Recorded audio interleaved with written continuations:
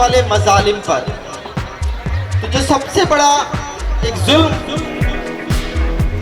हुआ है 2 रोज कबल, वो एक इंसान का कत्ल है, और फिर उस इंसान से बढ़कर वो एक सहाफी खातून का कत्ल है।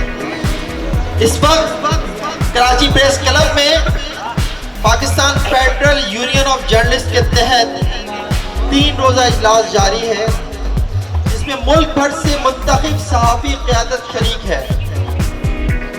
हमने अपने इस 3 रोजा इजलास में भी इस फलस्तीनी खातून सहाफी के कत्ल की मजम्मत की है, और हम ये मुतालबा करते हैं, मैं यहाँ इस वक्त Pakistan federal union of journalist की जानिब से नुमाइंदगी के लिए भेजा गया हूँ कि मैं इस मुजाहरे में शरीक हूँ और ये पैगाम दूँ, इस वक्त मुल्क भर की सहाफी बिरादरी अपने फलस्तीनी भाइयों के साथ खड़ी है।